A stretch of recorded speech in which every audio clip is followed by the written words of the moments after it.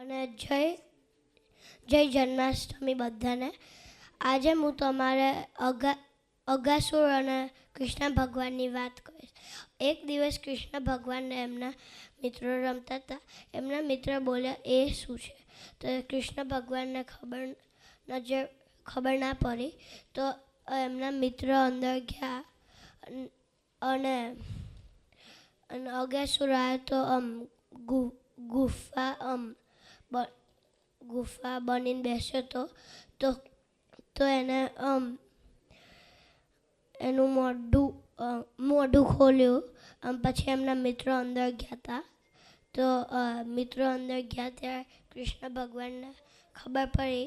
કૃષ્ણ ભગવાન બોલ્યા, ના જશો, પણ તો બી ગયા. તો પછી એમના મિત્રો દાંતમાં પડી ગયા હતા. દાંતમાં રહેતા હતા. તો દાંતમાં રહીને પછી સ્લીપ થતા હતા. ત્યારે ફેન્ટ પડી ગયા પોઈઝનમાં. પછી ફેન્ટ થવા માંડ્યા. તો પછી મારા કૃષ્ણ ભગવાન દોડતા ગયા. અને પછી કૃષ્ણ ભગવાન અંદર ગયા. તો અંદર ગયા ત્યારે એમને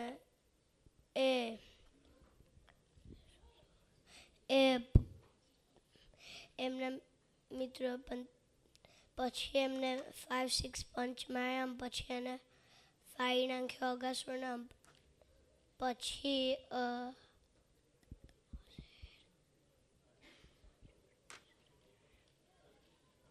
પછી કૃષ્ણ ભગવાનને એમના મિત્રો ઉપર આવતા હતા. તો ફેન્ટ પછી ઉપર ગયા. પછી પડ્યા. જય સ્વામિનારાયણ, જય Janmashtami. Say a speech about Kaliya and Krishna. This story first takes place in the cherished town of Vrindavan. Amongst the citizens there is Krishna who spent his early lives in the town. Also there was the great mighty Yamuna flowing, and it was a lifeline for all citizens of Vrindavan. But this didn't last for long. A 5-headed serpent named Kaliya entered the waters and made it its home, poisoning every bit of it. And everybody were getting very thirsty and would never dare to bathe or water their cows. And then one day Krishna got onto one of the branches of the trees by the shore of Yamuna and jumped in. When everybody found out about this, they huddled up at the shore to see the action. And then when Krishna was in the water, Kaliya got out of the water ready to strike poison to the intruder. He first wrapped up Krishna in his coils and tried to crush him to death. But Krishna got bigger and got more power and got out of the coils. And then he had a plan. He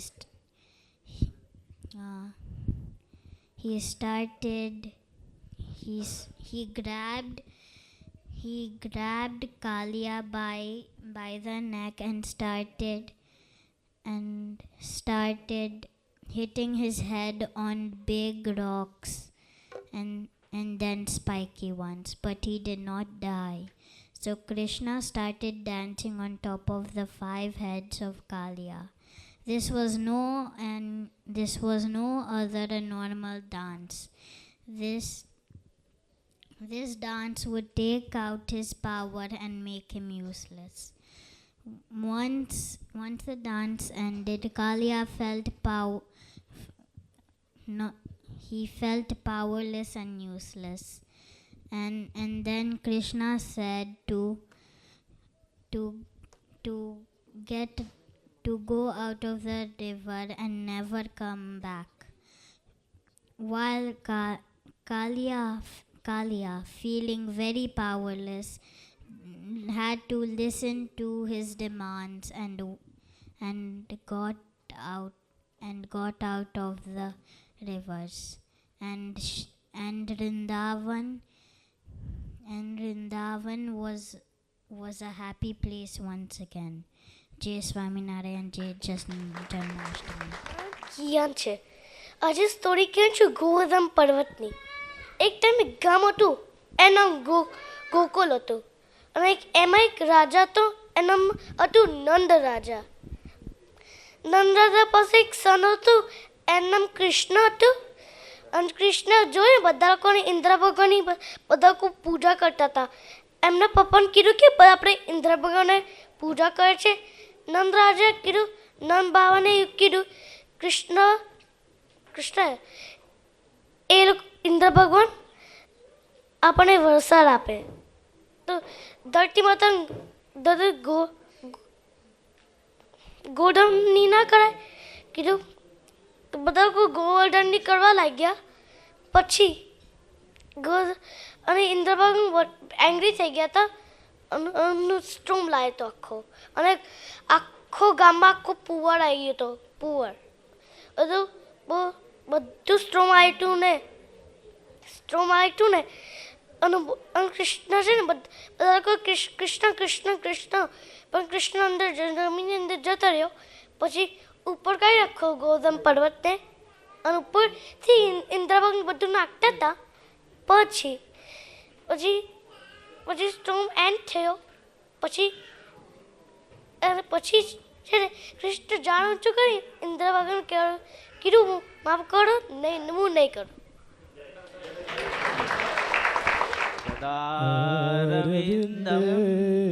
પદારવિંદમ મુખારવિંદે વિનિવેશયંતમ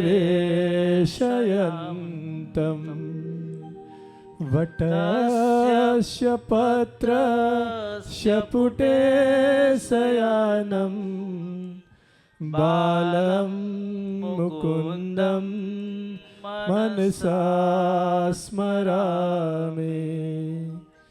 Shri Krishna Govind હરે મુરારી, હે નાથ નારાયણ વાસુદેવ. જીહવે પીબસ્વા મૃતમેતદેવ, ગોવિંદ દામોદર માધવેતિ,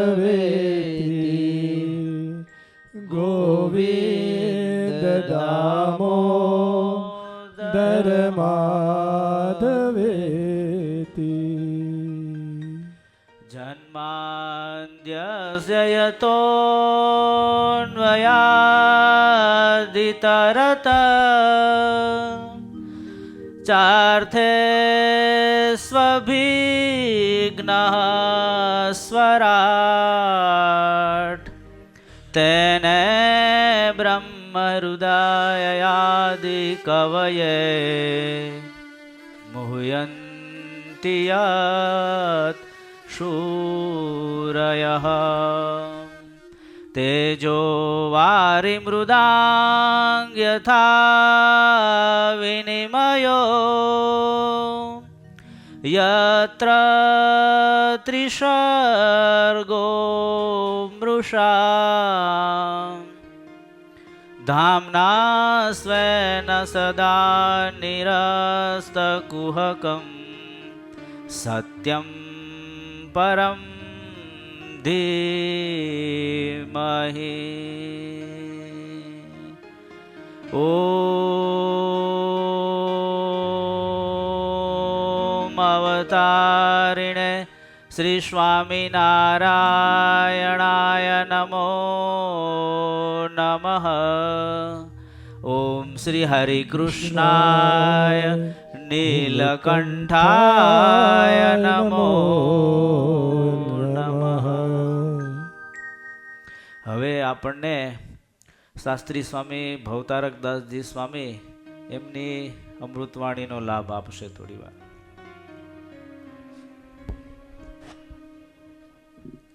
સહજાનંદ સ્વામી મહારાજની જય. સર્વાવતારી ઈષ્ટદેવ ભગવાન શ્રી સ્વામિનારાયણ આપણને શ્રી કૃષ્ણ જન્મોત્સવની કથા સંભળાવતા એવા શાસ્ત્રી સ્વામી શ્રી પરોપકારદાસજી સ્વામી અને સભામાં ઉપસ્થિત સર્વે વાલા હરિભક્તોને ભાવથી જય સ્વામિનારાયણ. જો આજનો દિવસ છે રાંધણ છઠનો, કાલે સાતમ છે. રાંધણ છઠનો દિવસે આજથી 224 વર્ષ પહેલાં ભગવાન શ્રી સ્વામિનારાયણ નીલકંઠ વર્ણી રૂપે કેટલા વર્ષ વન વિચરણ કર્યું હતું? 7 વર્ષ વન વિચરણ કરી અને માંગરોળથી 3 કોસ દૂર આવેલા લોજપુરની વાવમાં મહારાજ બેઠા છે.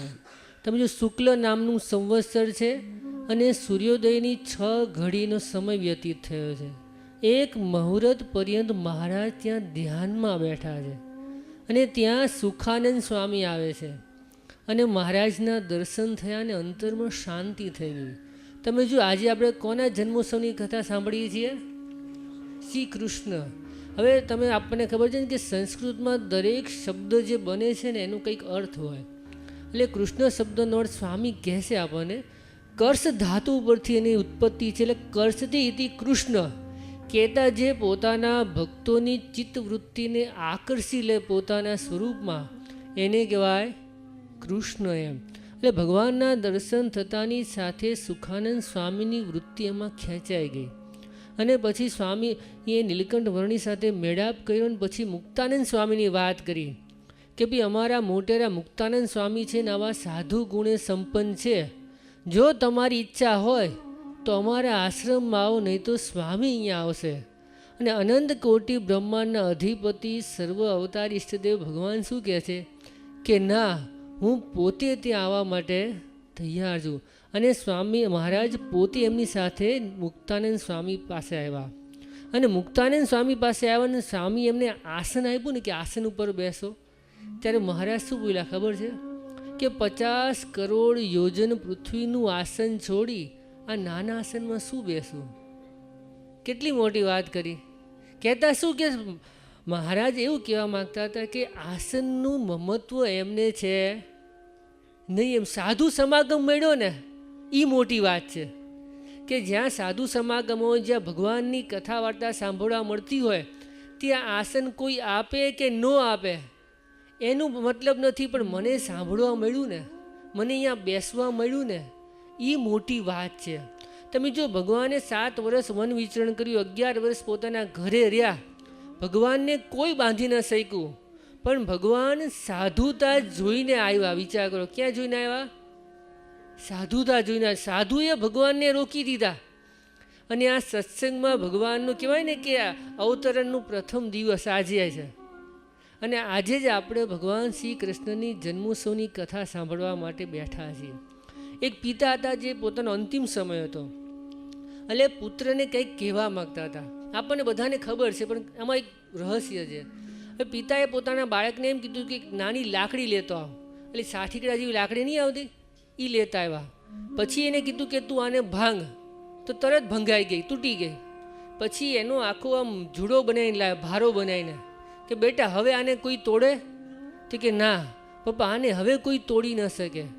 એ કે હું તને એ જ કહેવા માગું છું કે જો સંપ હશે ને તો ગમે તેવી વિશ્વ ભેગું થશે ને તો પણ તમને કોઈ હલાવી શકશે નહીં. ગુણાતીતાન સ્વામી કહેતા કે એક રુચિવાળા જો 2 ભેગા થાય ને તોય આખી સભા સમજી લ્યો તમે. શું કહેતા? એક રુચિવાળા. અત્યારે તમે જુઓ આ ઓસ્ટ્રેલિયા જેવો દેશ છે, હવે ભારત ભૂમિ છે, અતિ પવિત્ર છે, ભગવાનના સંતોનું અવતરણ છે, વિચરણ છે. અહીંયા આગળ આપણને કથા વાર્તાનો લાભ મળે, આવો જન્મોત્સવનો લાભ મળે, મંદિરનો લાભ મળે. પણ અહીંયા કેમ મળે? તો તમે જો એક રુચિના આટલા બધા હરિભક્તો તમે બધા ભેગા થયા ને તમે બધા સંપ રાખીને બધા કાર્ય કરો છો, તો તમે સંતોને લાવી શક્યા ને, બરાબર ને? એક રુચિમાં હતા તો ને સંતોને લાવી શક્યા. અને આજે તમે આવા દેશમાં પણ ભગવાનના જન્મોત્સવને ઉજવી શકો છો. કેમ? સંપ છે એટલે એક રુચિ તમે રાખો છો એટલા માટે ને. માટે મોટું મહત્ત્વની વસ્તુ એ છે કે બધા એક મન થઈને રહેવાનું જરૂર છે. સંપ રાખશો તો આવીને આવી કથા વાર્તાનો લાભ મળ્યા કરશે, તમને ભગવાનના દર્શન મળશે, તમને આપણી સંસ્કૃતિ જે છે એ જાળવવાનું ક્યારે થશે? જ્યારે સંપ હશે તો જ. સંપ હશે ને તમે બધા જ એક મન હશો. તમે ખબર છે ને અત્યારે ભારતમાં ખબર છે ને વોટિંગ પાવરની કિંમત છે. અહીંયા પણ વોટિંગ પાવરની કિંમત છે કે સમુદાયનો જો એક જ મત હોય ને તો ઉપરની ગવર્મેન્ટ પણ તમારું સાંભળે કે ભાઈ આનું મારે પાસ કરી દેવું પડશે, કારણ કે આ બધાનો એક જ મત છે. માટે બધાએ ભક્તો છો જો એક મન કરી અને આ સત્સંગમાં રહેશો દ્રઢ મન કરીને. મહારાજ બહુ સરસ શબ્દો વાપરો કે નૈમિષારણ્ય જેવું ક્ષેત્ર છે એમાં કેવી રીતે રહેવાનું છે? દ્રઢ મન કરીને. નૈમિષારણ્ય પવિત્ર સ્થળ છે પણ મન દ્રઢ હોવું જોઈએ આપણું. અને જો અહીંયા મન દ્રઢ ન હોય તો અહીંયા પણ શાંતિ મળે નહીં. માટે આટલું સરસ ક્ષેત્ર છે. માટે બધા એક દ્રઢ મન કરીને સંપ રાખી ને આવો ને આવો લાભ રહેતા લેશું તો આપણને કહેવાય ને કે મંદિરનો પણ લાભ મળશે. ધીરે ધીરે તમે જો તમારા બાળકોમાં પણ તમારા જેવા જે સંસ્કાર આવશે અને આપણી ભારતીય સંસ્કૃતિ જળવાશે. અને જો છૂટા પડી ગયા તો કંઈ મળશે?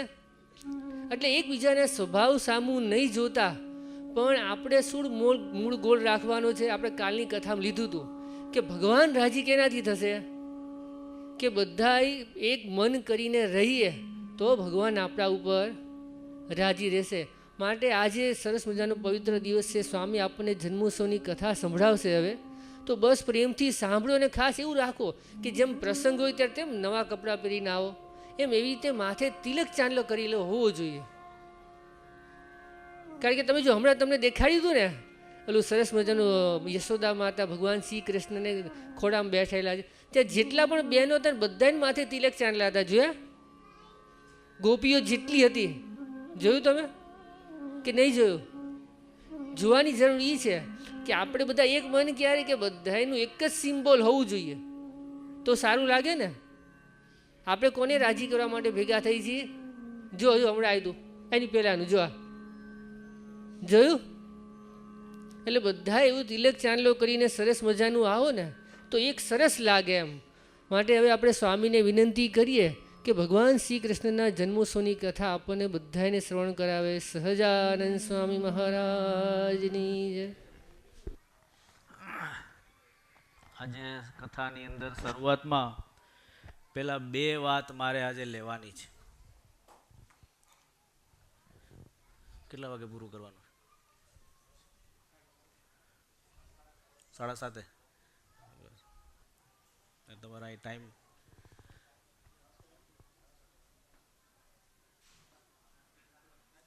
7 વાગે. ઓકે. પહેલી વાત એ કે આપણે જે વાઘા હરિકૃષ્ણ મહારાજના, મેં આની પહેલાં વાત કરી હતી, પુરુષોત્તમ નારાયણા પૃથ્વી ઉપર પધારી અને વડતાલની અંદર 3 વસ્તુ ખાસ મહારાજે પોતે પોતાના જાતે આપેલી છે સંપ્રદાયમાં. પહેલી વસ્તુ મહારાજે શિક્ષાપત્રી જાતે લખીને આપી છે. એનું સ્વરૂપ ઉપાસનાની ઉપાસ્ય સ્વરૂપ પણ હરિકૃષ્ણ મહારાજે જાતે પધરાવ્યા છે. અને બંને આચાર્યોની બંને ગાદીની સ્થાપના પણ મહારાજે વડતાલમાં કરી છે. તો એનો દ્વિશતાબ્દી મહોત્સવ આવે છે. એના સરસ મજાના વાઘા આ સિદ્ધિ વડતાલ ધામ તરફથી બધા હરિભક્તોએ સમૂહમાં ભેગા થઈને બનાવવાનો સંકલ્પ કર્યો છે. જો એનો સેજ તમે પહેલાં વિડીયો જોઈ લો. આવા સરસ હરિકૃષ્ણ મહારાજને વાઘા સરસ પહેલાં ચાંદીના અને એની ઉપર ગોલ્ડન ગ્લેડ કરવામાં આવશે અને એવો સરસ સોંપશે ભગવાનને. જોશો તો ખ્યાલ આવશે કે આપણે આવી સેવા ચૂકવી ન જોઈએ. જો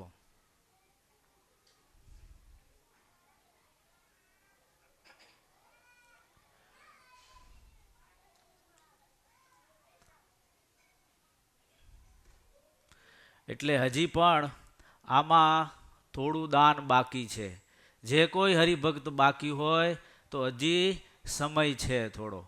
પછી પૂરું થઈ ગયા પછી કોઈને સંકલ્પ હશે તો પણ પૂરો નહીં થાય. જો એટલે જે યથાશક્તિ જેને જે દાન કરવું હોય તો હજી પણ કેટલા $10,000 ખૂટે છે. જો હે એટલે સેજે સેજે ભલે 500 તો 500 પણ આપણે લખાવજો. જો તમે જ્યારે જ્યારે ભગવાનના આ સરસ વાઘાના દર્શન કરશો ને તમને કાયમ સ્મૃતિ રહેશે. જો અને ભગવાનની સ્મૃતિ મહારાજ કે પ્રથમના પહેલા વચનામૃતમાં કીધું છે. હે શું કીધું?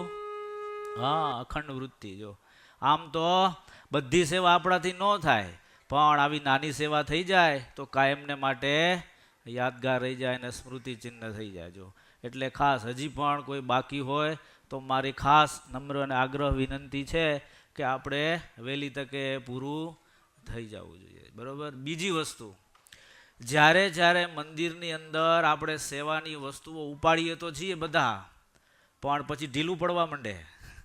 હે જ્યારે જ્યારે તમે જુઓ સેવાની વસ્તુ આવે પણ શાસ્ત્રમાં લખ્યું સેવા મુખથી જ ગમે તામ લખ્યું છે. જો અને એક ખાસ અત્યારથી તમે અહીંયા સેવાની ટેવ નહીં પાડો, અક્ષરધામમાં બીજું કાંઈ કરવાનું નથી. લ્યો હે શું કરવાનું છે? સેવા જ કરવાની છે. કોની?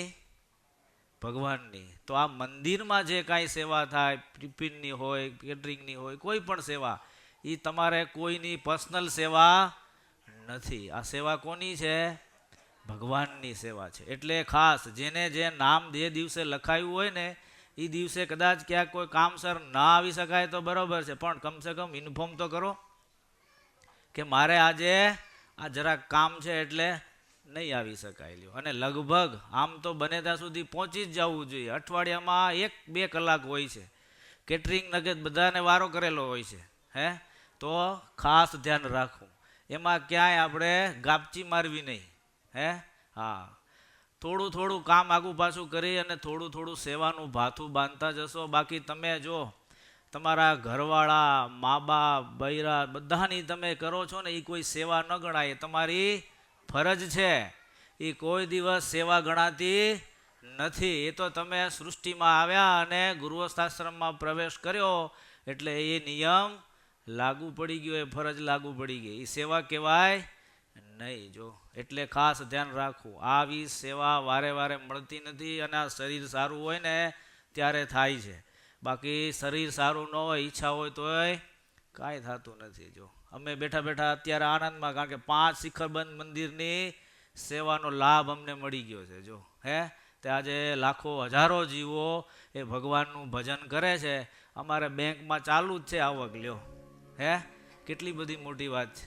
એટલે આવું સવડી બુદ્ધિ સમજી વિચારીને તમે બધા ભગવાનના ભક્ત છો.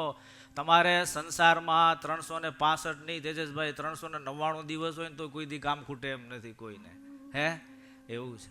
પણ થોડું થોડું અમે સમજીએ છીએ કે ભાઈ બધાને થોડા થોડા, કારણ કે અહીંયા આ દેશમાં ટાઈમનું બધું બહુ જ બહુ જ કિંમત. એટલે 1-1 કલાક બહુ કિંમતી. પણ એમાંથી થોડું થોડું તમે જે દિવસે નક્કી કર્યું હોય એ દિવસે તો એટલીસ્ટ હાજર રહેવું, જેથી કરીને આપણી આ બધી વ્યવસ્થા જળવાઈ રહે અને તમને પણ સેવાનો લાભ મળે. જો અને બીજી વસ્તુ મહારાજે વચનામૃતમાં પણ લખ્યું, ઉકા ખાચર જેવી સેવાનું જો જેને વ્યસન પડે તો ગમે એવી મલિન વાસના હોય એ પણ વિચાર કરો. આમાં તમે કહો કોણ 3 કલાક ધ્યાન કરે છે? વિનોદભાઈ કોઈ કરે છે?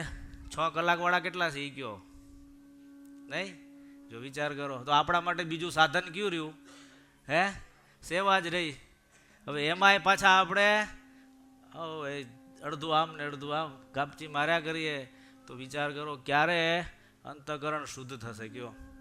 એટલે સેવા તો બહુ સહેલામ. હા એક વસ્તુ છે, સેવા કરતાં કરતાં ભજન કરવું પાછું, નહીં તો ત્યાં પાછા માંડ ભેગા થયા હોય એટલે કે આખા મહિનાનું બધું યાદ કરી લે એમ નહીં. પણ સેવા કરતાં કરતાં પણ ભગવાનનું ભજન કરીએ તો સેજે સેજે અંતરની અંદર ગમે એવી મલિન વાસનાઓ એ પણ ધોવાઈ જાય. જો આપણે બધા ભગવાનના ભક્તો છીએ પણ મૂર્તિ અખંડ દેખાતી નથી, એનું એક કારણ આ છે, કારણ કે અંદર શું ભર્યું છે? હે? જગત ભર્યું છે. જો હે, હવે એ નીકળે કેમ? નકરો જગત બાજુ જ પ્રવાહ ચાલ્યા જાય તો જગત કેમ નીકળે? પણ ભગવાન બાજુ વધારો તો જગત કોણ થાય. જો એટલે આ મંદિરની સેવા એ બહુ નાની મોટી સેવા બહુ અદ્ભુત છે. અમે વડતાલની અંદર જોઈને તેજસભાઈ સવારમાં 3:30-4 વાગે મોટા મોટા કરોડપતિ માણસો ડોલ પોતું બધું લઈને મંદિર વાળતા હોય ને પોતા કરતા હોય. એ કે અમે જે કાંઈ અંતરમાં આનંદ ને સુખ્યા છે ને એ આ સેવાથી છે. આજ અમદાવાદમાં પણ મેં જોયેલું. બોલો હે, એટલે આ સેવા બહુ મોટી વસ્તુ છે. એ કોઈ નાની સૂની વસ્તુ નથી. એનો મહિમા જેટલો સમજાય એટલો તમને ફળ એનું વિશેષ મળે. જો હું તમને નાની એવું દ્રષ્ટાંત આપીને પછી ચાલુ કરું. ગોંડલની અંદર ગુણાતીતાનંદ સ્વામી શરૂઆતમાં ત્યાં આવતા. તે એક કોઈ હશે ભગત, એટલે એને એની ઘરવાળી મરી ગયેલી, બીજી ઘરવાળી કરવાની ઈચ્છા થઈ, પણ થયું એવું કે એનું મન બીજી બાજુ બગડેલું. હવે એ પાછા હરિભગત. હવે એનો ધણી મરે તો કાંઈક એનું મેળ પડે ને, તો મંદિર રોજ વાળે પણ સંકલ્પ શું કરે? વિચાર કરો. જો મલિન ભાવ હતો છતાંય ગુણાતાન સ્વામી કે ભગવાને એનો ભાવ પૂરો જ કર્યો. બોલો વિચાર કરો, એક આવી ભાવના હતી તોય એ સંકલ્પ પૂરો થયો. વિચાર કરો, આપણે બધા શુભ ભાવનાવાળા, હે, ભગવાનના ધામમાં જવું છે કે બીજે જવું છે રખડવા, કે પાછું આવું છે ઓસ્ટ્રેલિયામાં? હે, જો ભગવાનના ધામમાં જવું હોય તો અત્યારથી પ્રેક્ટિસ કરી હશે ને તો કોઈ દિવસ વાંધો નહીં આવે. જો એટલે ખાસ સેવાનું અંગ તો પાડવું જોઈએ. જો અને આ ઘર આંગણે સેવાઓ મળી છે, એટલે જેટલું થાય એટલું શરીર સારું છે ત્યાં સુધી. અને સેવામાં જેટલો બીજાનો રાજીપો મળે એટલો કોઈ વસ્તુથી રાજીપો નહીં મળે. વત્સલભાઈ, આ ખરેખર એવું. એમાં ભગવાન, સંતો અને હરિભક્તો ત્રણેયનો રાજીપો અઢળક મળે. લ્યો કેટલો ફાયદો. હે, એવું છે. એટલે ખાસ સેવાનો આવો મહિમા સમજી અને મોટા મોટા એ ભગવાનને પામી ગયા છે. એટલે ખાસ આજના દિવસે આ બે વસ્તુ, એક તો વાઘાની હજી કોઈ બાકી રહી ગયું હોય તો હવે તો આજ પૂરું થઈ જાય લગભગ, મેં કીધું એટલે બરાબર. થોડું ઘણું ખેંચજો, કોઈ ચિંતા ના કરતા, નહીતર આમાં બેંકમાં પડ્યા બેંકવાળા લઈ જાય. હે, અને આ તો બધું વાવરો છો, ખેડૂત હોય ખબર પડે વાવરો શું થાય, ઉગે કેટલું ઉગે.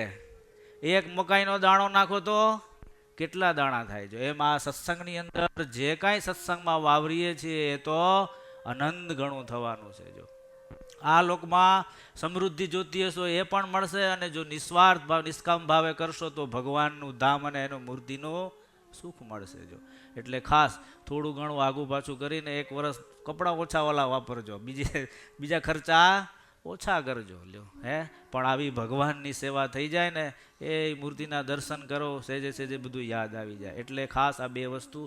હવે આપણે આજે ભાગવતની અંદર 10મા સ્કંદની અંદર પ્રવેશ કરીએ. ભગવાન પુરુષોત્તમ નારાયણ ગીતાની અંદર પણ ભગવાને કીધું, યદા યદા હિ ધર્મસ્ય ગ્લાનિર્ભવતિ ભારત. જ્યારે જ્યારે આ પૃથ્વી ઉપર અધર્મનો ભાગ વધે છે ત્યારે ભગવાન કે હું મારા અંશથી અથવા તો સ્વયં આ પૃથ્વી ઉપર પધારું છું. જો એટલે સ્વામિનારાયણ ભગવાને પણ વચનામૃતની અંદર કીધું, બહુ જ બધા અવતારો આ પૃથ્વી ઉપર થયા, પણ એ બધા અવતારોની અંદર કૃષ્ણ અવતાર વિશેષ કળાઓની અંદર ભગવાન કે આવેલા હતા. જો ભગવાન એટલે આ કૃષ્ણ અવતારની અંદર જે કથા છે ભાગવતની અંદર 10મા સ્કંદની અંદર એની કથા આવે છે. બહુ સરસ. ભાગવત એટલે ધર્મ, અર્થ, કામ અને મોક્ષ ચારેય પુરુષાર્થને આપનારો એ ગ્રંથ છે. જો જેમ આપણા સંપ્રદાયની અંદર સત્સંગી જીવન છે, જો એમ આ પણ ભાગવત છે એ પણ ચારેય પુરુષાર્થની સિદ્ધિ આપનારો છે. એટલે મહારાજે તો શિક્ષાપત્રીમાં પણ લખ્યું કે ચાતુર્માસની અંદર 1 માસ શ્રાવણ માસમાં તો ખાસ ભગવાનના ભક્તોએ 10મા સ્કંદની શું કરવું? કથા વાંચવી અથવા તો સાંભળવી જોઈએ. જો એટલે આજે ભાગવતની અંદર આ સરસ ભાગવત આમ તો 12 સ્કંદનું બનેલું છે અને 18,000 એની અંદર શ્લોક છે. જો એટલે અદ્ભુત આ ગ્રંથ છે. શરૂઆતના સ્કંદની અંદર તમે જોતા જાઓ તો પહેલા સ્કંદની અંદર ભગવાનના જે અવતારો થયા બીજા એની અંદર એના ચરિત્રો આવે છે. ત્યાર પછી બીજા સ્કંદની અંદર ભગવાને ભક્તિનું અને વરાહ અવતારનું વર્ણન કરેલું છે. જો ત્રીજા સ્કંદની અંદર આખું સૃષ્ટિનું વર્ણન, બ્રહ્માજીની ઉત્પત્તિ એનું અંદર વર્ણન કરેલું છે. ચોથા સ્કંદની અંદર દક્ષ અને પ્રજાપતિનો સંવાદ અને ધ્રુવ આખ્યાન આવે છે. લગભગ બધાએ ધ્રુવ આખ્યાન સાંભળ્યું હશે. જો 6 મહિનાની કેટલા વર્ષ હતા ધ્રુવજીના? 5 વર્ષની આવીશ ના 5 વર્ષની ઉંમરમાં એને ભગવાનની પ્રાપ્તિ કરી લીધી. લ્યો, અને આપણે કેટલા વર્ષ થયા? જો છે ને, એટલે આવી કથાઓ સાંભળવાથી આપણને ભગવાનની ભક્તિ કરવાનું બળ મળે અને પ્રોત્સાહન મળે. જો પંચમા સ્કંદની અંદર ઋષભદેવ અને જળ ભરતની કથા આવે છે. જળ ભરત અને રઘુગણ રાજાનો સંવાદ બહુ જ અદ્ભુત છે. જો મહારાજે એને શેમાં ગણ્યો છે પંચમા સ્કંદને? હા, યોગ શાસ્ત્ર કીધું છે. જો ત્યાર પછી ષષ્ઠ સ્કંદની અંદર અજામિલની આખ્યાન અને વૃત્રાસુરનો વધ. વૃત્રાસુર કોણ હતો? હા, ચિત્રકેતુ રાજા હતો. જો ભગવાનના ભક્તો અથવા તો ભગવાનના જે અંશો છે એમાં ક્યાંક જો મનુષ્ય ભાવ આવી જાય તો, એટલે જ હું કહું છું વારે વારે કે ભગવાનના ભક્તોમાં ક્યારે પણ દ્રોહ બુદ્ધિ, અવગુણ બુદ્ધિ રાખવી નહીં, આવવા દેવી જ નહીં. કાયમને માટે દિવ્ય ભાવ રાખવો. જો આ ચિત્રકેતુ રાજાને ખાલી પાર્વતીજી વિશે તો શંકરજીને વિશે સહેજ જો મલિન ભાવ થઈ ગયો તો અસુર યોનિમાં જન્મ ધારણ કરવો પડ્યો. 1 કરોડ સ્ત્રીનો ત્યાગ કર્યો તો વિચાર કરો, ત્યાગ કેટલો મોટો, કેટલું ફળ, પણ ઘડીકમાં જ એનું ફળ નાશ થઈ ગયું. જો એટલે ખાસ ધ્યાન રાખવું. પ્રકૃતિ તો બધાની હોવાની, પણ માયિક ભાવ આપણે જોવો નહીં, એમાં દિવ્ય ભાવ અને ગુણને જોતા શીખવું જોઈએ. ત્યાર પછી સપ્તસ્કંદની અંદર પ્રહલાદ આખ્યાન આવે. અષ્ટસ્કંદની અંદર સમુદ્ર મંથનની કથા આવે છે. જો હા, સરસ. સમુદ્ર મંથનની કથાની અંદર કેટલા અવતારો થયા? કચ્છ, પછી ધન્વંતરી, પછી હા એ મોહિની. તમારા ઘરવાળાનું નામ કેમ ભૂલી જાઓ? એટલે આવા ભગવાનના બહુ જ સરસ. અને કચ્છ અવતાર ભગવાને પોતાની પીઠ ઉપર મંદરાચળ પર્વત ને ધારણ કર્યો અને વાસુકી નાગને શું કર્યું?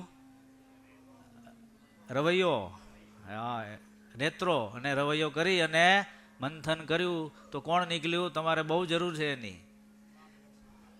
14 રત્નો નીકળ્યા, એમાં છેલ્લા લક્ષ્મીજી નીકળ્યા. જો એમ તમે મથો તો કંઈક આમાંથી નીકળે, પણ મથવું નથી, તૈયાર જ જોઈએ બધાને.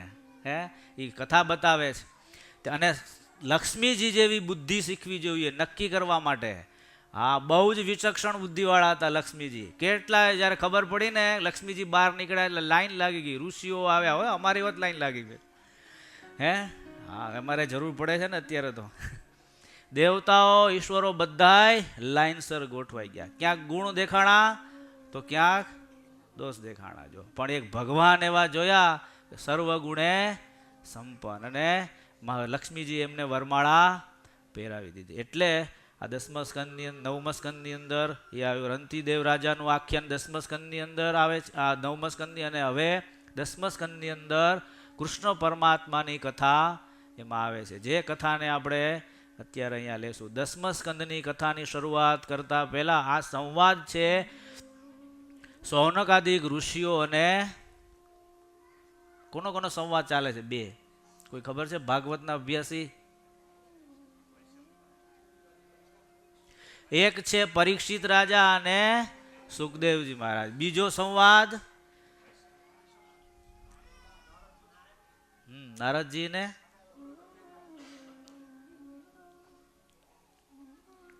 કોઈ ભાગવત જ નથી વાંચતું? સુત પુરાણી અને સૌનકાદિક ઋષિઓ, 88,000 ઋષિઓ બધેથી કોઈ 8 કોઈ 10 એમ ભેગા થયા આપણે હમણાં 2 દિવસનું સત્ર કરીને આવ્યા તોય કંટાળી ગયા ને, ભાગી ગયા. છેલ્લા દિવસે તો બધા સાફ પૂરું કોઈ જ નહીં. આ ઋષિઓ 8-10 બધા ભેગા થઈને કેટલા ભેગા થયા? ટોટલ 88,000 ભેગા થયા. પછી નક્કી કર્યું કે આપણે આવું જ્ઞાન સત્ર ગોઠવું છે. કેટલા વર્ષનું? કોઈ કે 5 વર્ષ, 10 વર્ષ. કલ્પેશભાઈ કેટલા વર્ષનું ગોઠવ્યું ખબર છે? કેટલા વર્ષનું? કોઈ અભ્યાસી નથી. 10,000 વર્ષનું સત્ર નક્કી કર્યું. વિચાર કરો. પણ જગ્યા ગોતવા ગયા, બ્રહ્માજીને પ્રાર્થના કરી. હવે તમે વિચાર કરો, આપણે તો શનિ રવિ 2 દિવસ, એમાં 1.5 દિવસ, તોય બધા ભાગી ગયા. આ 10,000 વર્ષ સુધી આ જ્ઞાન સત્ર એટલે ભગવાનની કથા વાર્તા સિવાય બીજી વાત જ એમાં આવે નહીં. તમને બધું ફરતું રાખીએ તોય કંટાળી જાવ. હજી આપણે કેટલા અધૂરા છીએ એ ખબર પડે. જો કેટલો ભગવાનની કથા વાર્તામાં રસ છે આપણને. જો એટલે 10,000 વર્ષ સુધી સત્ર કરવાની તૈયારી કરી, પણ સ્થાન ગોતવું પડે ને. એવા પવિત્ર સ્થાનની અંદર બ્રહ્માજી પાસે ગયા. બ્રહ્માજી કે આ જ્યાં સુદર્શન ચક્ર જઈને અટકે ત્યાં તમારે આ યજ્ઞ ચાલુ કરો. ક્યાં આવ્યા? નૈમિષારણ્યની અંદર આવ્યા. જો 10,000 વર્ષ સુધી એ સત્ર કર્યો છે. એટલે આવી અદ્ભુત કથા આ સૌનકાદિક ઋષિઓએ સુતપુરાણી પાસેથી સાંભળેલી. એ જ કથા અત્યારે આ સુખદેવજી મહારાજ પરીક્ષિત રાજાને પણ સંભળાવી રહ્યા છે. અદ્ભુત આ બધી કથા છે. ત્યારે એ પરીક્ષિત રાજા એ કોણ હતા એ પણ આપણે જાણવું જોઈએ. સુખદેવજીની તો લગભગ બધાને ખબર હશે. જો પરીક્ષિત રાજા કોણ હતા? હા, અભિમન્યુના, અર્જુનના શું થાય? પૌત્ર થાય. જો એટલે સુખદેવજી મને પરીક્ષિત રાજા પૂછે છે પ્રશ્ન કે હે સુખદેવજી મહારાજ, મારી જેને ગર્ભની અંદર રક્ષા કરી અને મોટા મોટા મહારથીઓ જે આ મહાભારતના યુદ્ધમાં અજય હતા, જેનાથી કોઈ દિવસ કોઈને જીતી ન શકાય, એવા થકી મારા જે બધા પરદાદાઓની તમે જે રક્ષા કરી છે એ કૃષ્ણ પરમાત્માના લીલા ચરિત્રો મને હવે તમે સંભળાવો. છો આગળના બધા સ્કંદોની કથા કરી અને ભાગવતની અંદર પણ વ્યાસ ભગવાને આ બધી રચના કરી, પણ તોય કેટલા પુરાણો લખ્યા? 17 પુરાણ કર્યા, પણ અંતરમાં શાંતિ ન થઈ. જો 18 પુરાણ લખ્યા અને એમાં 18મું જ્યારે ભાગવત પુરાણ લખ્યું ત્યારે એને અંતરમાં શાંતિ થઈ. જો આટલો મહિમા ભાગવતનો છે. એમાં 10મો સ્કંદ એ તો ભાગવતમાં શું કહેવાય છે?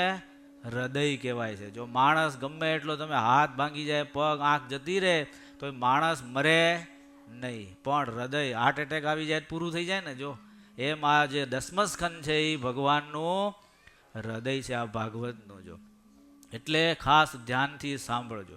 પરીક્ષિત રાજાએ આવો પ્રશ્ન સુખદેવજી મહારાજને કર્યો ત્યારે સુખદેવજી મહારાજ કે સાંભળો રાજન, હવે હું તમને વિસ્તારથી આ કથાને કહું છું. જો શરૂઆતની અંદર હજી પણ આપણે તમે વિચારો, પરીક્ષિત રાજા વનમાં સેજે વિચરણ કરવા ગયેલા. આમ જોઈએ તો એનો ઇતિહાસ પણ એમ કહે છે કે સેજે રાજા હતા. એટલે એક વખત એના જે દિવાન હતા એને ખજાનજીને પૂછ્યું કે તમે આપણા ખજાનાની અંદર કેટલો ખજાનો અંદર છે? ત્યારે દિવાન કે તમે ગમે એટલું આંખ મીચીને વાપરો તો એ ખૂટે એમ નથી. ત્યારે પરીક્ષિત રાજા કહે છે વાત તો સાચી, પણ મારે બધુંય જોવા જવું છે. એટલે ધીરે ધીરે એક ખજાના પછી બીજા ખજાના એમ બધા જોવા ગયા. એક ખજાનાને ખોલ્યો, આખા રૂમની અંદર એક જ પટારો હતો, બારે તાળું અંદરે તાળું. એટલે તાળાને તોડ્યું, અંદર હતો એક મુગટ હતો. એટલે દીવાને કીધું આની ચાવી મને મારા બાપુજીએ, મારા દીવા આગળ ફાધર હતા એને નથી આપી, અંદર જે પટારો છે એને પણ મને ચાવી નથી આપી, માટે આમાં કાંઈક ચેતીને ચાલવા જેવું ખરું. પણ પરીક્ષિત રાજાને ઉત્કંઠા થઈ, તાળું તોડ્યું, સરસ મજાનો અંદર મુગટ જોયો. પોતે માથામાં મુગટ પહેરેલો, પણ એથી પણ વિશેષ આ મુગટમાં એને બધા હીરા અને માણેક બધું જોયું. એટલે એને એમ થયું આ મુગટ તો આપણે મસ્તક ઉપર ધારણ કરવા જેવો ખરો. જો અને શું થયું? એ મુગટ ઉતારી અને મસ્તક ઉપર ધારણ કર્યો. પછી સેજે એને તરત જ અને કળિયુગને એને વરદાન આપેલા એને જ્યારે પોતે જંગલમાં ગયેલા એટલે એક બળદ અને એક ગાય. એક બળદ હતો પણ 3 પગ ને એક જ પગ, અને ગાય આંખમાંથી ચોદા આંસુએ રડ્યા કરે. એ કોણ હતા? તો કે હા, ધર્મ અને ભક્તિ હતા. જો એને મારવા જતા હતા એટલે પરીક્ષિત રાજા એને બચાવેલા, અને પરીક્ષિત રાજાને શરણે થયા એટલે પરીક્ષિત રાજાને કે તમે મને શરણે લીધો, હવે મને વાસ આપો. પરીક્ષિત રાજા પહેલા ના જ પાડી દીધી. પણ મોટા મોટા સજ્જન માણસો કાંઈક, બધા અવગુણ હોય પણ એક નાનામાં નાનો ગુણ હોય તો એને પકડે છે. જો તો કળિયુગનો મોટામાં મોટો ગુણ શું? હા, કળિયુગની અંદર જેને ભગવાનનું પોતાનું ભજન અને આત્માનું કલ્યાણ કરવું હોય તો આ કળિયુગમાં શ્રેષ્ઠમાં શ્રેષ્ઠ સાધન અને સમય કીર્તન ભક્તિ છે. જો એટલે એને વાત કરી કે વાત તો સાચી, પણ તારે પ્રાર્થના કરી એટલે 4 જગ્યા બતાવી એને. પેલી કેટલા જગ્યાએ કળીનો વાસ છે? પેલા કયો? સોનામાં. સોનામાં છેલ્લું એ તો એક જ આવે. કોણ કે? હાલો. પેલા દારૂ, પછી જુગાર, પછી માંસ, અને પછી વ્યભિચાર, અને 5મામાં આ 4 સ્થાન તો બતાવ્યા પછી પરીક્ષિત રાજા કે આ તો સેજે સેજે, પણ અમને એવું કોઈક સ્થાન આપો કે કાંઈક અમને શોભારૂપ લાગે. ત્યારે કે તમારો સુવર્ણની અંદર સ્થાન. પણ એ સુવર્ણમાં એવું છે, સુવર્ણ એટલે આપણે સોનું જ ગણીએ છીએ. હકીકતમાં ભાગવતની અંદર એનો મર્મ છે કે એવું દ્રવ્ય જે અધર્મથી કમાયેલું હોય એમાં પણ કળીનો વાસ હોય છે, એને પણ સુવર્ણ જ કહેવાય છે. ખ્યાલ આવ્યો? એટલે આ અધર્મથી ભેગું કરેલો હતો ને. જરાસંઘનો મુગટ કેવો હતો? બધુંય દ્રવ્ય અધર્મથી ભેગું કરેલું. એટલે પરીક્ષિત રાજાએ સેજે સેજે આ મુગટ પહેર્યો એટલે એની બુદ્ધિમાં કળિયુગ સવાર થઈ ગયો. જો અત્યારે આપણે કયો યુગ ચાલે છે? બહાર નહીં, અંદર કહું છું. બારે તો કળિયુગ ચાલે છે ને મહેશભાઈ? હા, એવું. અંદર કયો યુગ ચાલવો જોઈએ?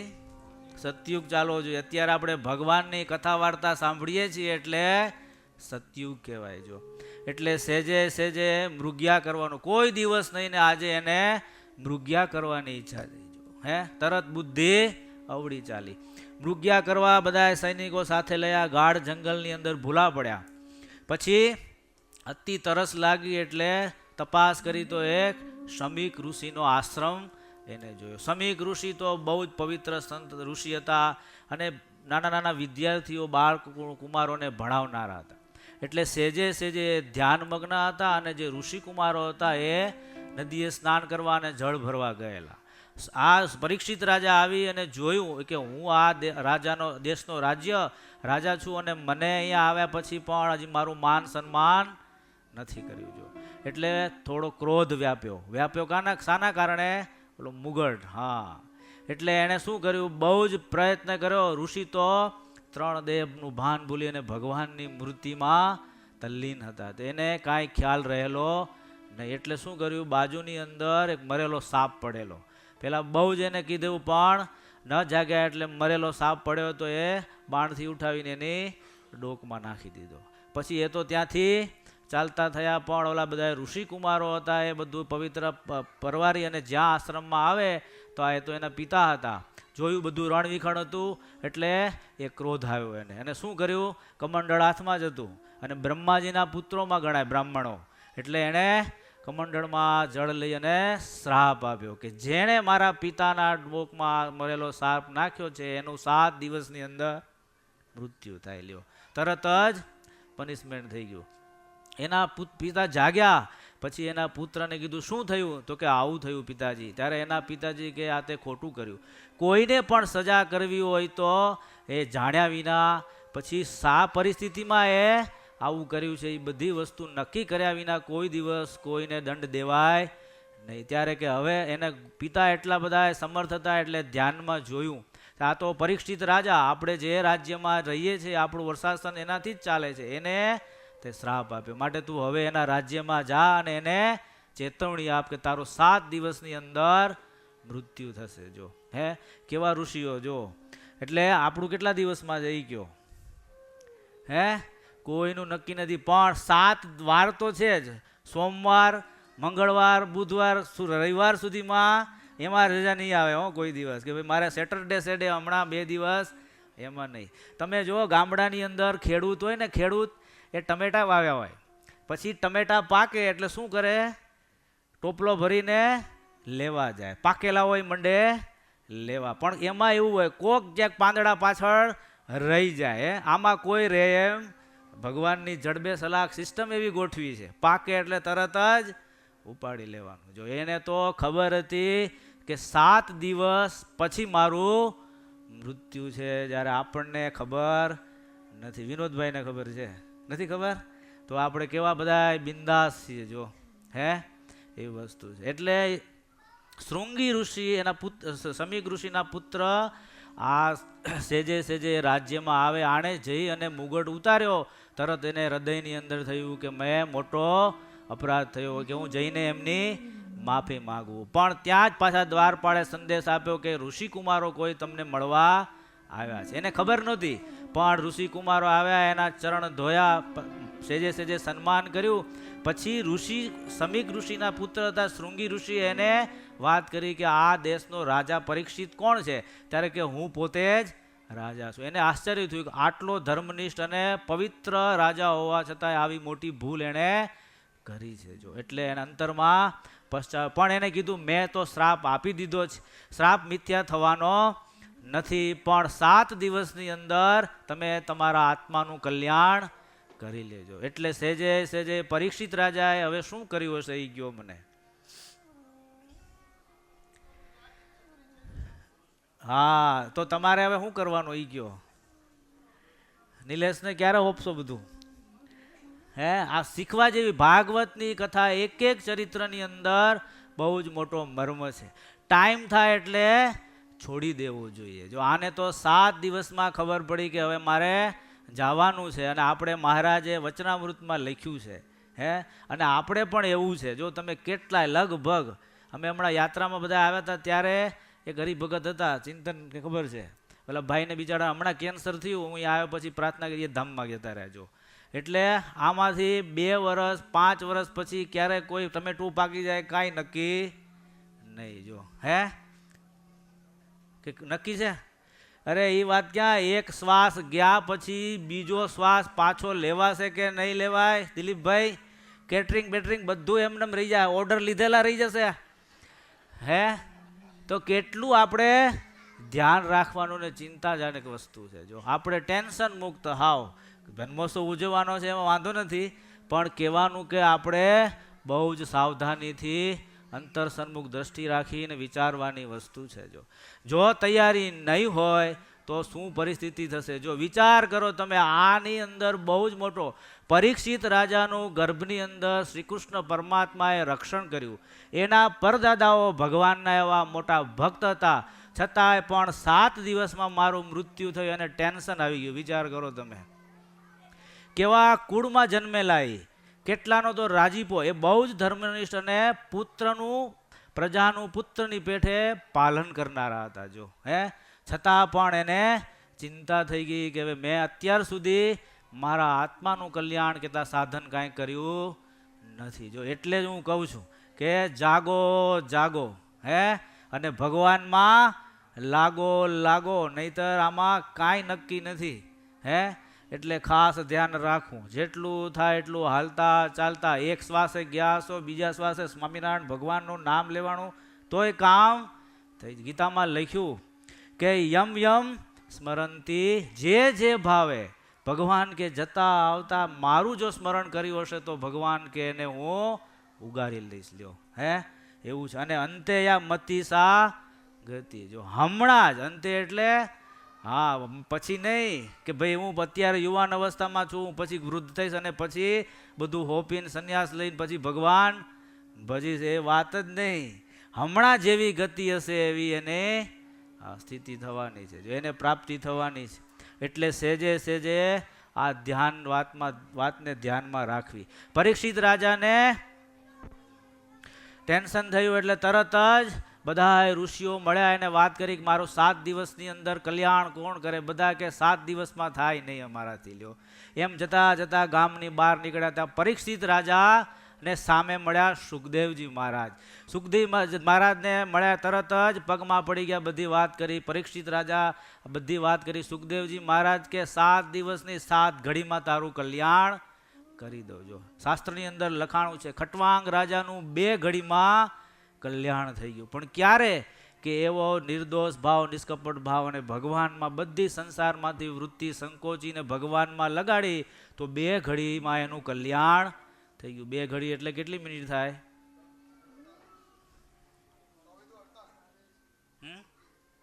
કેટલી? 48 મિનિટમાં એનું કલ્યાણ થઈ ગયું. જો હે આપણી પાસે કેટલો ટાઈમ છે કે નક્કી? હા, એટલે ખાસ ધ્યાન રાખો. એટલે પછી પરીક્ષિત રાજાને કીધું કે તમે ચિંતા ના કરો. યમુનાજીના કાંઠા ઉપર પરીક્ષિત રાજાને સુખદેવજી મહારાજ ભાગવતની કથા સંભળાવે છે અને એમાં આ પરીક્ષિત રાજાએ પ્રશ્ન પૂછ્યો છે. ત્યારે શ્રી કૃષ્ણ પરમાત્મા એને પુરુષોત્તમ નારાયણ કહેતા શ્રી કૃષ્ણ ભગવાનના જન્મોત્સવની કથા સંભળાવે છે. જો ત્યારે સેજે સેજે આ પૃથ્વી ઉપર અધર્મનો ભાગ વધી ગયો એટલે પૃથ્વી બ્રહ્માજી પાસે ગયા, શિવજી પાસે બધા ભેગા થઈ અને શેષ નારાયણ પાસે જઈને પ્રાર્થના કરી કે હવે તમે મારી રક્ષા કરો. જો આ પૃથ્વી ઉપર ગમે એટલા મોટા મોટા બિલ્ડિંગ બાંધો ને તોય પૃથ્વીને કાંઈ વાંધો નથી, પણ વધારે વધારે અધર્મ ફેલાય. અધર્મ એટલે શું? વ્યભિચાર, દારૂ, માંસ, વિશ્વાસઘાત, આ બધી વસ્તુઓનું પ્રમાણ વધતું જાય એટલે પૃથ્વી એનો ભાર સહન કરી શકતી નથી. જો એટલે પૃથ્વી ઉપર આ વધ્યું અધર્મનું એટલે પૃથ્વી સહન ન કરી શકી. બધાએ દેવતાઓ અને બ્રહ્માજી બધાએ ભગવાન પાસે ગયા. ભગવાન કે તમે ચિંતા ના કરો, મને બધી ખબર છે. તમે બધાએ પોતપોતાને જ્યાં અનુકૂળ ત્યાં આવે ત્યાં યદુકુળની અંદર બધાએ જન્મ ધારણ કરો. હું પણ સમય અનુસાર દેવકી અને વસુદેવજીના ઘરે ત્યાં પુત્ર રૂપે પ્રગટ થાય. એટલે સેજે સેજે ભગવાન પોતે આ પૃથ્વી ઉપર પધારવાનું આ નિમિત્ત ઊભું કર્યું. અને પછી પરીક્ષિત રાજાને સુખદેવજી ભગવાન મહારાજ કહે છે કે હે રાજન, પછી શરૂઆતમાં એક દિવસને અંતે મેં જો અહીંયા ઓલું ચાર્ટ, શરૂઆતની અંદર સૂર્યવંશ અને ચંદ્રવંશની કથા કરી. હવે તમને યદુવંશની કથા સંભળાવું છું. એટલે યદુવંશની અંદર જો પહેલા યદુ રાજા, પછી વિષ્ણુ, પછી સુરસેન. આ સુરસેન જે છે એ કોના પિતા હતા? વસુદેવજીના. અને વસુદેવજીના જો નીચે શું બતાવ્યું છે? વસુદેવજીને ત્યાં કૃષ્ણ ભગવાન પ્રગટ થયા. પછી બાજુમાં પૃથ્થા, એ કોણ? હા, કુંતા માતા. આ સુરસેનના મિત્ર હતા ભોજ, કુંતી ભોજ.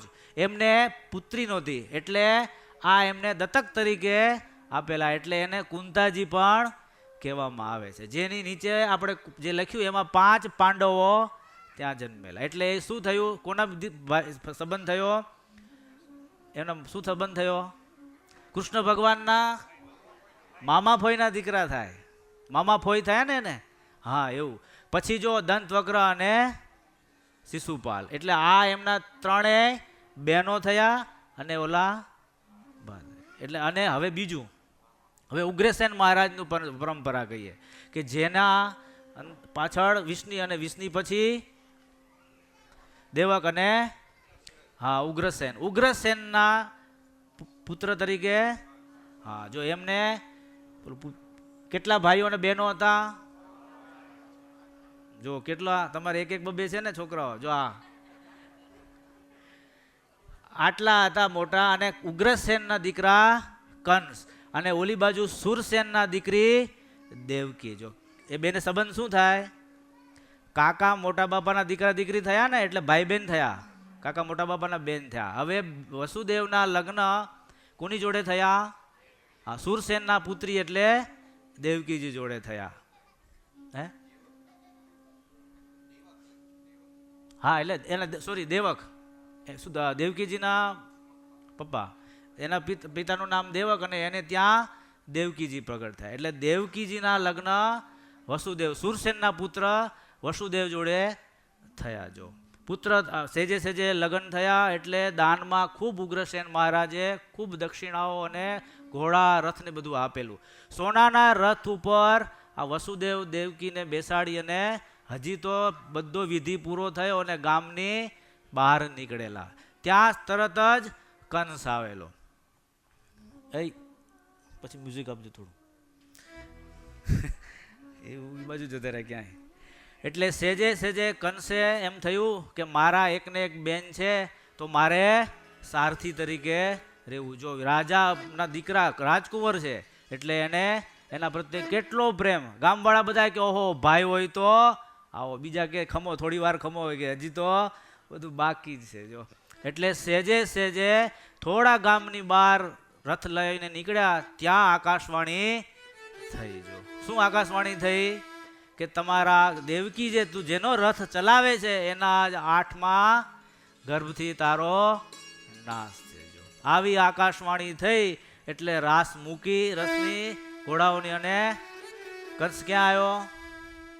દેવકીજી પાસે આવી અને ચોટલો પકડ્યો કે અત્યારે જ આને મારી નાખું. એટલે 8 દીકરાઓની વાહ જોવી નથી. જો સેજે સેજે આ ભાગવતની અંદર 2 પ્રસંગો અદ્ભુત છે. જો પરીક્ષિત રાજાને ખબર પડી કે 7 દિવસમાં મારું મૃત્યુ છે તો એણે શું કર્યું? મૃત્યુને સુધારવાનો પ્રયત્ન કર્યો. જ્યારે કંસે શું કર્યું? મૃત્યુને ટાળવાનો. જ્યારે આ સૃષ્ટિ ઉપર નિયમ છે જે જન્મે એનું મૃત્યુ નિશ્ચિત છે, માટે ખાસ ધ્યાન રાખવું. મૃત્યુ સુધારવાનો પ્રયત્ન કરવો પણ ટાળવાનો કોઈ દિવસ પ્રયત્ન કરવો, કારણ કે એ આપણા હાથની વસ્તુ નથી. જો એટલે સાચા ભક્તો હોય એ ખાસ. અને આપણે એટલા માટે જ આ સત્સંગ કરીએ છીએ જેથી કરીને આપણે શેના માટે? કે રૂપિયા બંગલો ગાડી ધંધા માટે? એટલા માટે સત્સંગ કરીએ છીએ જેથી કરીને આ જગબંધનની જેલ આવવું જ ન પડે પાછું ભવાટવીમાં. એટલે સેજે સેજે આનો ચોટલો પકડ્યો અને મ્યાનમાંથી તલવાર કાઢીને જ્યાં મારવા જાય ત્યાં વસુદેવે એનો હાથ પકડી લીધો છે અને એને સમજાવે છે કે આવો મોટો સેજે સેજે તારી તો કીર્તિ કેટલી છે આ રાજ્યની અંદર, અને તું હજી તો આના લગ્ન થયા અને હજી તો બધાય ઘરેણા અને બધી વસ્તુ એમને પહેરેલી છે, અને જો અત્યારે મારી તો તારી સમાજની રાજ્યની અંદર અપકીર્તિ થશે. જો એટલે બહુ જ કીધું પણ આને તો મૂક્યો નહીં દેવકીજીને. એટલે પછી એણે પોતે વસુદેવ ધર્મનિષ્ઠ હતા એટલે કંસને ખબર હતી કે આ તો ધર્મનિષ્ઠ છે, એટલે એણે વચન આપ્યું. કોને? કંસને. કે ભાઈ મારા આકાશ દેવકી થકી જેટલા પુત્રો થશે મારા એ બધા હું તને આપી દઈશ. એટલે સેજે સેજે કંસ પાછો એને મૂકી અને રાજ્યમાં જતો. આ બાજુ વસુદેવ અને દેવકી સેજે સેજે પોતાના ગૃહસ્થાશ્રમ રાજાના મહેલમાં આવી ગૃહસ્થાશ્રમની શરૂઆત કરે છે. પહેલા આ 9 મહિનામાં પહેલો કીર્તિમાન નામનો એને પુત્ર પ્રાપ્ત થયો છે. એટલે સેજે સેજે પ્રતિજ્ઞા પ્રમાણે એ કંસને ત્યાં આપવા જાય છે. કંસને જોયું, કંસને દયા આવી ગઈ કે આવું નાનું બાળક, મારે તો હજી 8મા બાળકથી ચિંતા છે અને મૃત્યુ થવાનું, એટલે કે તમે એને પાછો લઈ જાઓ. આ બાજુ નારદજીને ચિંતા થઈ કે જો આવી રીતે નહીં કરે તો આનો પાપનો ઘડો ભરાશે નહીં. નારદજીને આપણે એવા ભાવથી જોઈએ કે આ વધારે, પણ એવું નથી. આ સૃષ્ટિમાં ક્યાંક કચરો હોય અથવા તો કોઈને જલ્દી પહોંચાડવો હોય ભગવાન પાસે તો એનું કામ નારદજી કરે છે. જો નારદજી આવ્યા, નારદજીએ એને માળા આપી. નારદજીને કંસ માળા આપી કંસને, એટલે કંસ કે આપણું કામ નહીં, હું ભગત થોડો છું કે તો માળા ફેરવું.